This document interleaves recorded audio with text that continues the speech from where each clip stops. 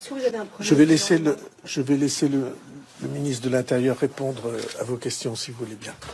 Je dois...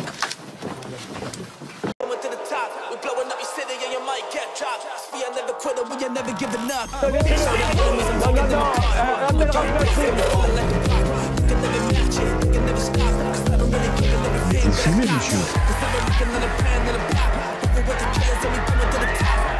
Le football, il a changé. Oui. Peut-être. Ouais, c'est Laurent Delamousse, bienvenue aujourd'hui pour une nouvelle vidéo et j'espère que tout le monde va bien. Aujourd'hui, on va parler de Maëva Guénam, de la grève DHL, du pape François qui est en Corse, du nouveau Premier ministre François Bayrou et bien d'autres sujets encore. Avant de partir pour cette nouvelle vidéo, c'est le moment de soutenir la chaîne et moi-même en mettant votre plus gros pouce bleu, votre meilleur commentaire. On n'oublie pas de s'abonner en activant la cloche pour pas rater les prochaines vidéos. On fait de même sur la chaîne principale, la chaîne Mousse. Demain, 18 h, la deuxième partie sur Ilan Castronovo. On me rejoint sur Instagram, sur TikTok, et maintenant que tout ça est fait, on va chercher à boire à manger, on se met à l'aise, et moi je m'occupe du reste. Commençons par le plus important et le plus triste. Mayotte a été frappé de plein fouet par le cyclone Chido. Le cyclone a dévasté Mayotte avec une violence inouïe. Le bilan est très compliqué à faire, bien qu'il soit déjà très lourd. Les dégâts sont considérables et ont été causés par des vents qui sont allés jusqu'à 220 km/h. Sur place, c'est le chaos et quand vous allez voir les images, vous allez comprendre à quel point les besoins sont immenses. Des bidonvilles entièrement balayés. Les maisons de tôle n'ont pas tenu face à la violence de Chido. Les pas des Mahorais sur les décombres de leurs maisons. Les dégâts matériels sont importants, même dans les habitats en dur. Personne n'a de toit, tout est par terre. Plafond qui est effondré, j'ai plus de chambre. Beaucoup d'eau qui est rentrée, donc des fenêtres qui sont déboîtées, qui sont tombées, cassées. Donc. Les premières tombes sont creusées quand les secours tentent encore de retrouver des rescapés. Le cyclone a fait au moins 14 victimes et 250 blessés. Alors que la population clandestine dépasse les 100 000 personnes sur l'archipel, les autorités craignent un nombre de morts extrêmement important. Je pense qu'il y aura certainement plusieurs centaines. Peut-être approcherons-nous le millier, voire quelques milliers. Mais il est évident que, vu la violence de cet événement, nous l'avons tous vécu dans notre chair. De nombreuses routes restent impraticables sur l'île et l'électricité n'a pas encore été rétablie, alors que Mayotte a connu le cyclone le plus violent depuis 90 ans sur son territoire. Toutes nos pensées sont évidemment à destination de nos compatriotes, le peuple mahorais. Alors, on va rester sur Mayotte, mais on va plutôt parler de François Bayrou, le nouveau Premier ministre. Comme on vient de le voir, la situation à Mayotte est catastrophique. C'est donc une première situation de crise à gérer pour François Bayrou, et il faut dire que sa gestion de cette première est assez critiquée. Lors d'une conférence de presse réalisée au ministère de l'Intérieur, le nouveau Premier ministre a fait un discours très poussif. En fait, on a l'impression que François Bayrou a tapé un sprint avant de venir. Il est très essoufflé, franchement, c'est limite inquiétant. On a donc un discours très long où il dit pas grand-chose. Je vous laisse regarder. Réunion de crise sur la situation de Mayotte. Situation qui croise plusieurs facteurs de risque immédiats et de moyen terme. Tout le monde a bien compris ce qui se passait, un cyclone d'une violence inattendue, des vents à plus de 200 km/h, des équipements publics très endommagés ou détruits, à la préfecture, à l'hôpital, à l'aéroport, rendant impossible un très grand nombre de liaisons aériennes. Et des risques très graves, très violents encourus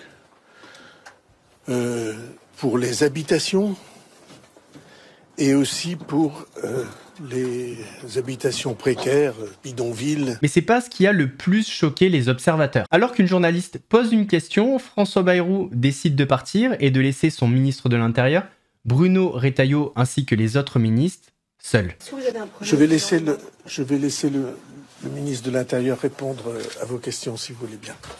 Je dois...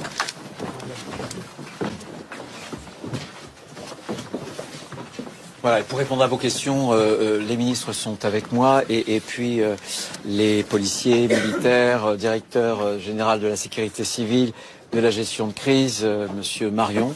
Dans des moments aussi compliqués, il me semble que la France a besoin de cohésion, mais apparemment, c'était pas à l'ordre du jour. D'ailleurs, c'est pas fini, il y a une news qui est tombée il y a quelques minutes. Apparemment, François Bayrou, qui est maire de Pau, a décidé d'assister au conseil municipal de sa ville, plutôt qu'à la réunion de crise qui était organisée par l'Elysée. C'est ce qu'on appelle une arrivée remarquée pour le nouveau Premier ministre. Parlons maintenant de l'influenceuse Maëva Guénam, qui s'est fait arrêter dans un magasin parce qu'elle n'avait pas payé un pantalon. Alors, si on parle de ça, c'est pas pour la fustiger, ça peut arriver à tout le monde. Avec les codes RFID, des fois, ça les prend pas. Mais ce qui est beau, c'est son discours. Elle vient défendre les vrais travailleurs. Pour Maëva, les machines ne doivent pas remplacer les humains.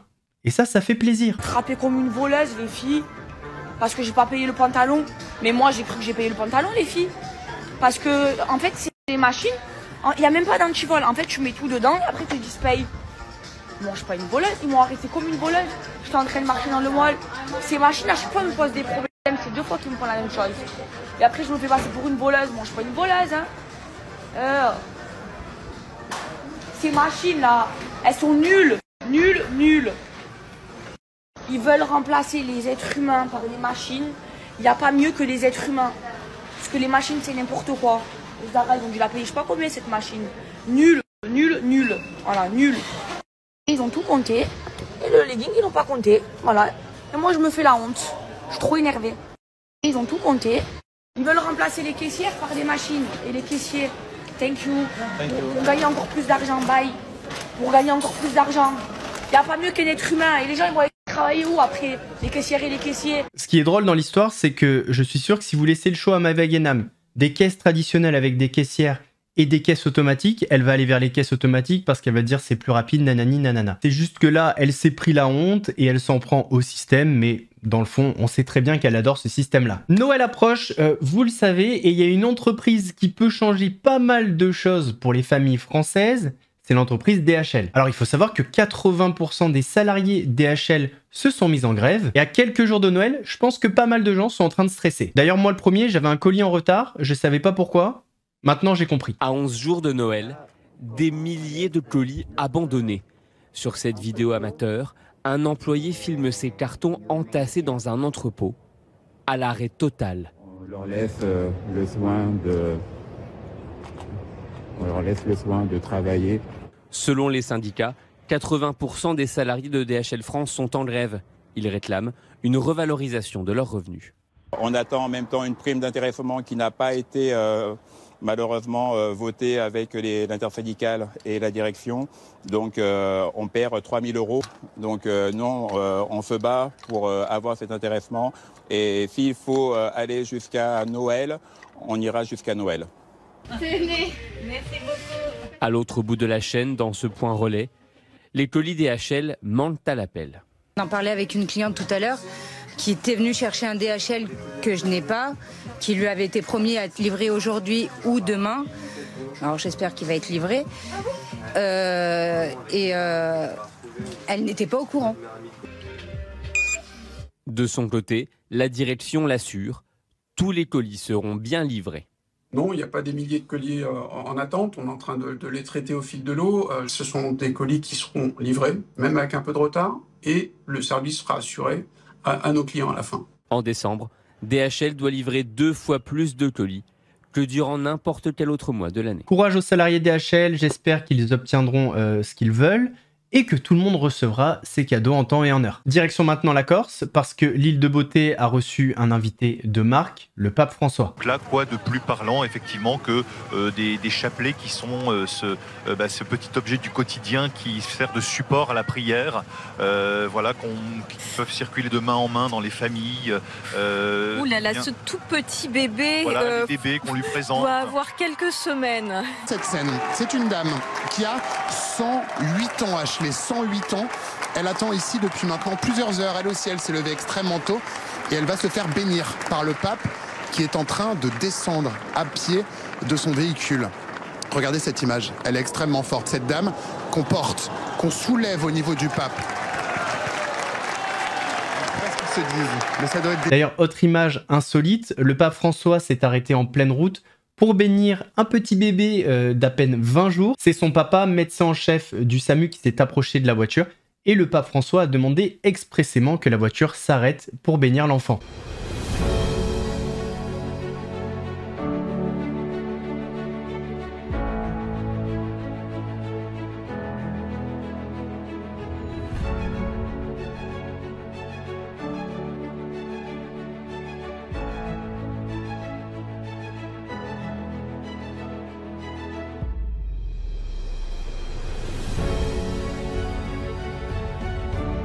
Eh bien, je dois le dire, même pour une personne comme moi qui n'a pas la foi, ben, c'est beau à voir. Actualité, Twitter, on a eu Thaïs Descuffon qui a sorti une nouvelle vidéo YouTube. Et dans cette vidéo, elle est censée répondre à des féministes de la France insoumise. Sauf que Thaïs s'est fait reprendre de volée par une autre créatrice de contenu qui lui a rappelé que lors de leur débat une semaine avant, elle n'était pas aussi à l'aise sans la présence de son prompteur. Qu'est-ce qui te différencie des intégristes religieux ?